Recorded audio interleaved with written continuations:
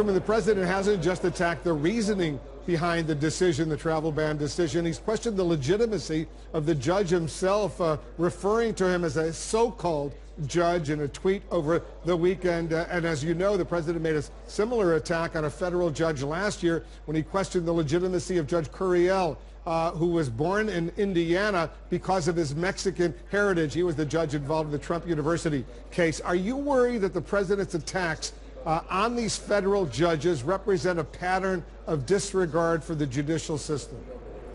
I think that's exactly what it is, but it's even broader than that. I mean, this is, well, if you want to talk about the irony of all ironies, here is a man who attacked a civil rights icon, who said that questioned his legitimacy after this election.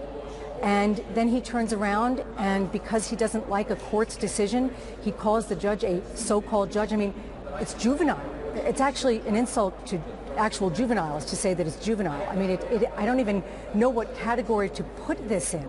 It's a disturbing trend that we see from this president, whether it's on Twitter. And you know what?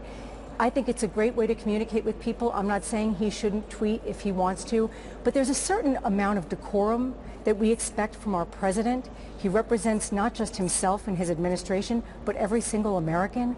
And I'm hoping that he recognizes that eventually and stops with the name calling and the attacking every time someone says, if it's a poll he doesn't like, if it's a comment that he doesn't like, if it's a court decision he doesn't like. That's part of life, right? You have to accept the good with the bad, and you have to roll with the punches. And so my hope is that as he gets longer in his tenure, he sees that there is a level of decorum that the president should assume, and hopefully he will.